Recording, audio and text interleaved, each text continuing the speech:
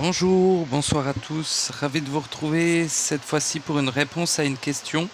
Alors, elle m'a pas forcément posé une question de manière directe, mais j'ai envie de faire un retour à son commentaire. Puis vu qu'il y a deux questions dedans, et la tournure de son commentaire me paraît intéressant à aborder, au-delà de l'intérêt, ça me paraît intelligent de l'aborder pour le soutien au processus.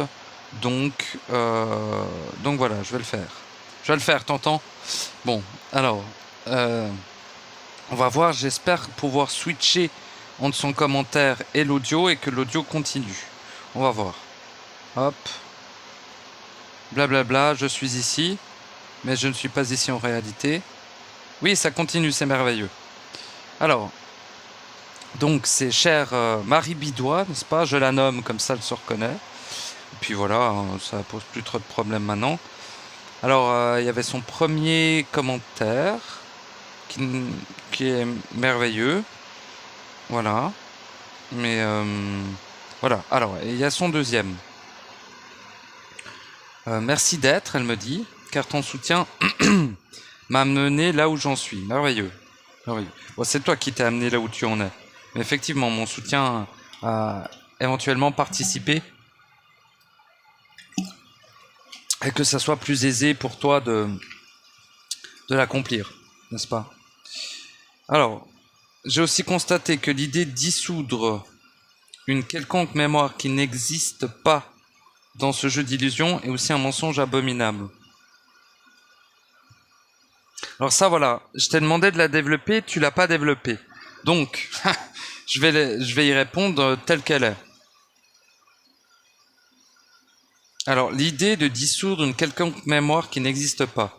Alors, je pars du principe que c'est une manipulation qui te fait dissoudre une mémoire qui n'est pas la tienne ou qui n'existe pas. Mais je dois te rappeler que ici, les mémoires existent. Que lorsque tu as une âme, tu es soumis aux mémoires de ton âme. Voilà, ça quand même, il faut le dire. Et c'est pas parce que actuellement tu as dépassé entre guillemets ce stade que tu n'as plus d'âme que les mémoires n'existent pas. Tant que tu as de la mémoire, tant que tu te rappelles la seconde d'après ce que tu as dit la seconde d'avant ou ce que tu as fait la seconde d'avant, c'est que tu as de la mémoire. Donc, cette mémoire interfère avec la fluidification de ton intelligence, ton esprit. Et donc avec ta capacité à lire le savoir contenu dans la vibration. Donc c'est un problème à résoudre. Je ne dis pas que c'est ton cas, je dis que par rapport à la tournure de ta phrase, effectivement, il peut être un mensonge abominable de continuer à dissoudre des mémoires qui n'existent déjà plus. Mais les mémoires existent ici, pour autant qu'elles existent. C'est-à-dire que tant que tu as une âme, tu as des mémoires. Voilà. Si tu n'as plus de mémoire, ça ne sert à rien de continuer et c'est même... en fait, tu vas continuer à dissoudre des mémoires qui ne sont pas les tiennes. Et ça, c'est un mensonge abominable, effectivement. Mais aucunement, le fait de dissoudre les mémoires est obligatoire, fondamental, vital. Si les êtres ne dissoudent pas leur mémoire, ils sont voués à l'enfer phagocide perpétuel et seront annihilés en définitive. Dissoudre les mémoires est obligatoire. C'est tout. Pour accomplir son processus, tout simplement.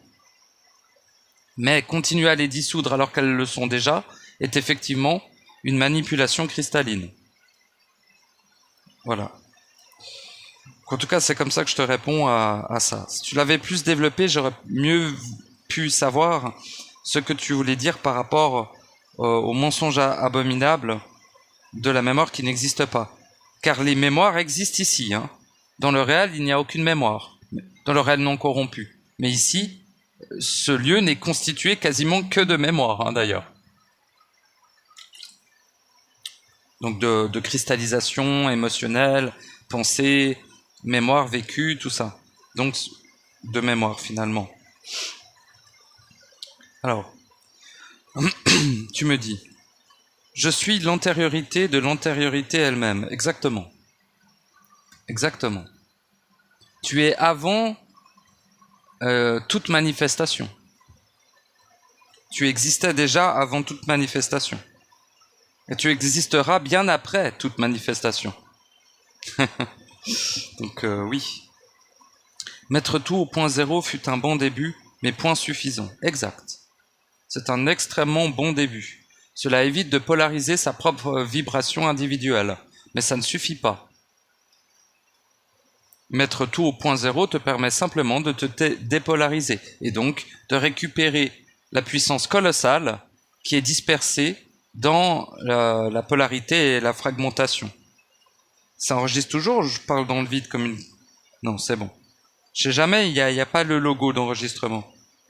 C'est codé avec le FIAC, hein, ces téléphones. Hein. Alors, poser mon postulat en temps de chaque instant. Alors, je comprends pas cette phrase.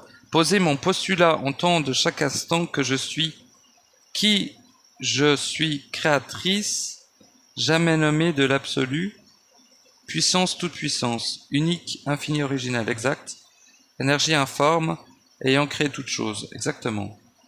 Pouvant prendre une forme, mais effectivement, initialement, n'a absolument pas de forme. Je dirais plus vibration qu'énergie. Hein. Attention avec le mot énergie, mais c'est ton mot et il est parfait. Mais l'énergie est une manipulation, elle, à 100%. C'est vibration, pas énergie, c'est une manipulation des plans, ça. Il n'y a pas d'énergie dans le réel, il n'y a que vibration. Ici, il y a de l'énergie. L'énergie est le résultat diffracté de la vibration. Donc effectivement, ici, il y en a. Mais tu es une vibration informe ayant créé toute chose. Voilà. Et je te dis ce que tu es. Bon, ben voilà, c'est comme ça. Je relis la phrase parce que je l'ai pas bien compris. Poser, enfin je comprends rien moi de toute façon, mais poser mon postulat en temps de chaque instant, oui. Donc le postulat de ce que tu es, j'imagine. Que je suis créatrice, jamais nommée. Exactement. Alors tu as un nom, hein, mais c'est une vibration. Et elle n'est pas... il n'est pas nécessaire de te nommer, en fait. Mais tu as un nom. C'est ta vibration. Ta vibration initiale. Absolue, source, centrique. C'est ça ton nom, en fait. Voilà. C'est ce qui te distingue des autres. C'est ce qui te rend unique. C'est ton nom vibratoire, dira-t-on. Bon. Mais effectivement, jamais nommé dans le sens des mots ou dans le sens de la parole, effectivement. Ça, tout à fait. Enfin bref, c'est ton vécu, donc j'ai pas à le confirmer ou le déconfirmer, mais je réponds à ton expression, tout simplement. Est-ce un processus? Quoi donc? Pas compris. Donc je voulais répondre à ta question, mais j'ai pas compris. Qu'est-ce qui est tout est un processus. Tout est processus. Le chemin n'existe pas, c'est un mensonge. L'expérimentation n'existe pas, c'est un mensonge. Enfin, ça existe, mais c'est un mensonge. L'apprentissage, l'évolution, mensonge. Le processus, réel. Et tout est un processus, dans le sens où tout, mécaniquement, fonctionne tel que le processus. Voilà. Donc tout fait partie du processus, si tu veux.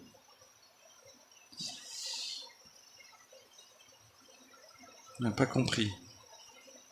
Est-ce que poser ton postulat... puissant. Est-ce un processus? Oui, c'est un... Cela fait partie du processus. De poser son postulat, d'être innommable, de toute puissance, unique, infini, originel, dans la vibration informe ayant créé toute chose. Cela fait partie du processus. Pour moi, ce n'est pas un processus à part du processus individuel d'accomplissement absolu de l'être. Mais on peut dire que c'est un processus, mais il n'est pas à part. Il fait partie du grand processus. Du seul qui existe d'ailleurs. Hein. Tous les micro-processus sont reliés au processus absolu d'accomplissement total et absolu en éternité de l'être. Lui-même absolu aussi. Voilà. Est-ce encore une illusion de croire qu'il faut du temps pour s'accomplir? Oui et non. Oui et non. De croire qu'on a du temps, c'est de l'illusion. On n'a plus de temps, c'est terminé, vous êtes déjà annihilé, condamné à l'enfer phagocyte perpétuel. C'est déjà fini pour vous. Par contre, vu que vous pouvez vous-même, à l'intérieur de vous, agir, plus vous agissez en vous, plus vous gagnez du temps, plus vous générez du temps pour accomplir votre processus. Donc, est-ce qu'il faut du temps pour s'accomplir? Non, fondamentalement, en un seul instant, tu pourrais t'accomplir. Si tu réunis les paramètres requis à cet accomplissement, que j'ai déjà longuement et très souvent rappelé. Donc je ne vais pas le refaire ici. L'accomplissement, alors c'est elle qui parle, l'accomplissement est aussi instantané que la foule de la volonté a imposé l'être. Exactement.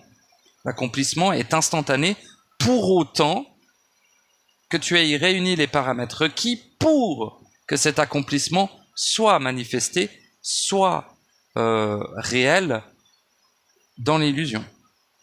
C'est-à-dire que dans le réel, l'accomplissement est au-delà de l'instantané, l'accomplissement est dans le réel, non corrompu.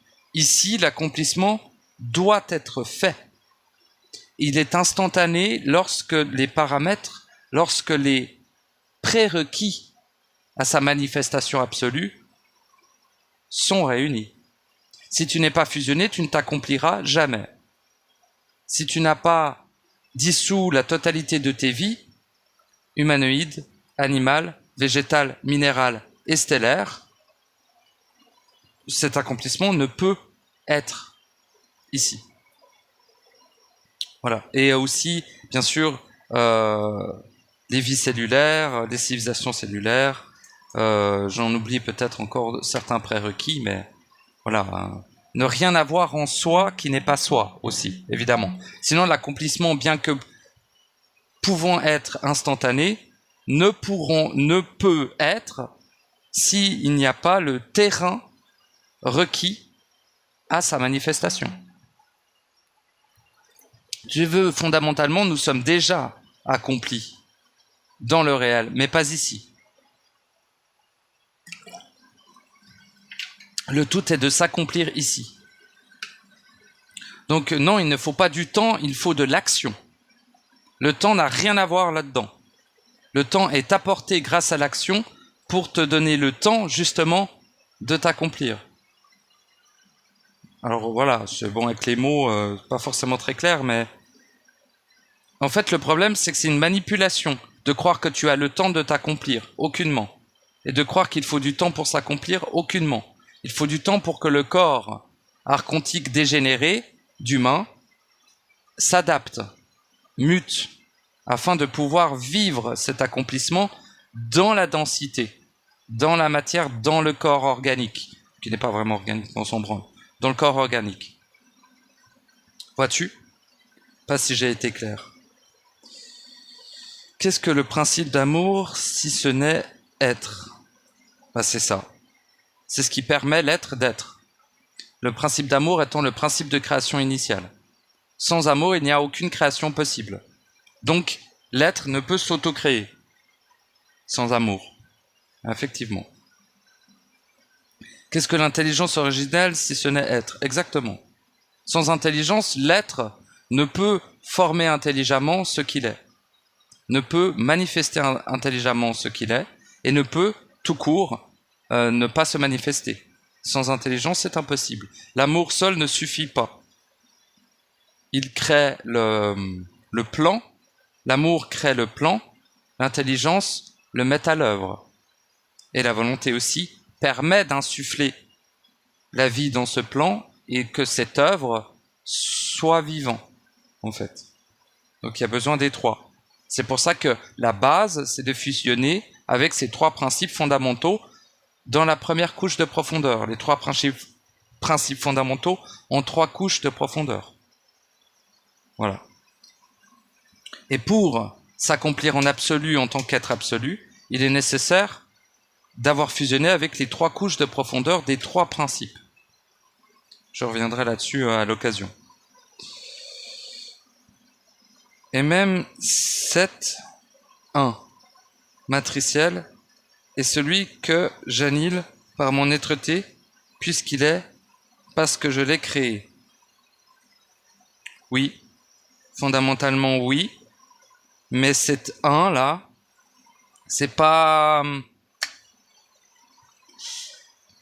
La seule possibilité de l'annihiler est d'être accompli. Les êtres non accomplis ne peuvent rien faire face à cet être-là. Si tu es accompli, tu peux l'annihiler, le dissoudre. Si tu n'es pas accompli, tu ne le pourras jamais.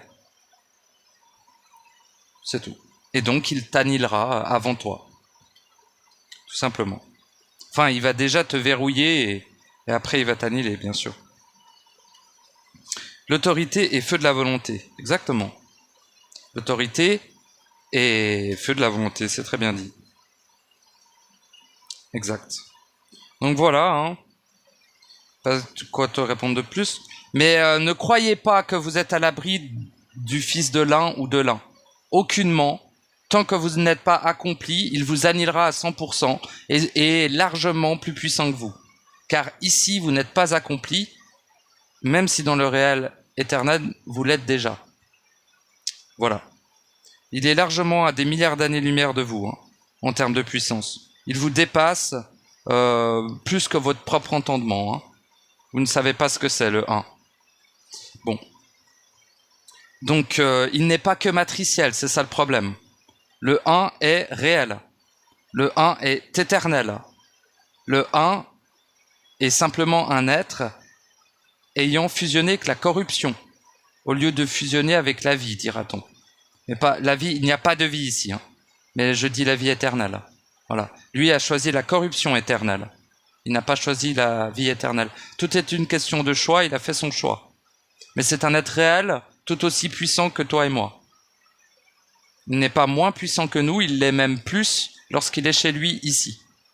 Donc, l'intérêt serait de le dissoudre en soi avant qu'il soit à maturité. Car s'il est en maturité, aucun, sans aucune exception, ne peut rien faire contre lui.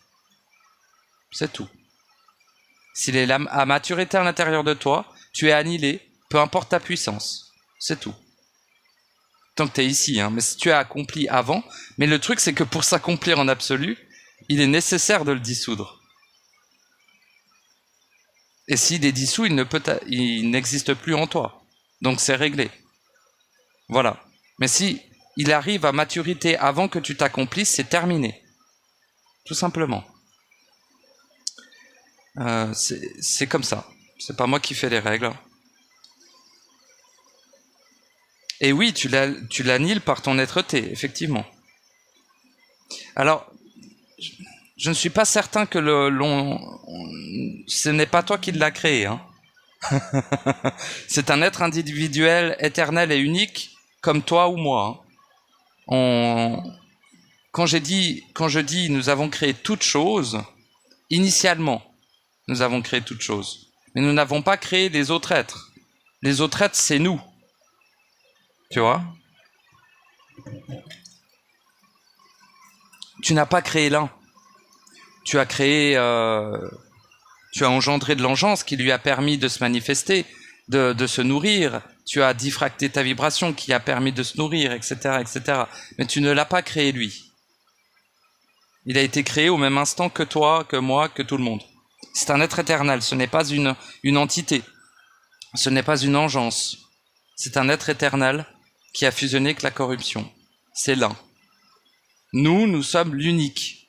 Lui, c'est l'un. Tout simplement. Mais il a été créé au même instant que nous. Il s'est aussi auto-créé.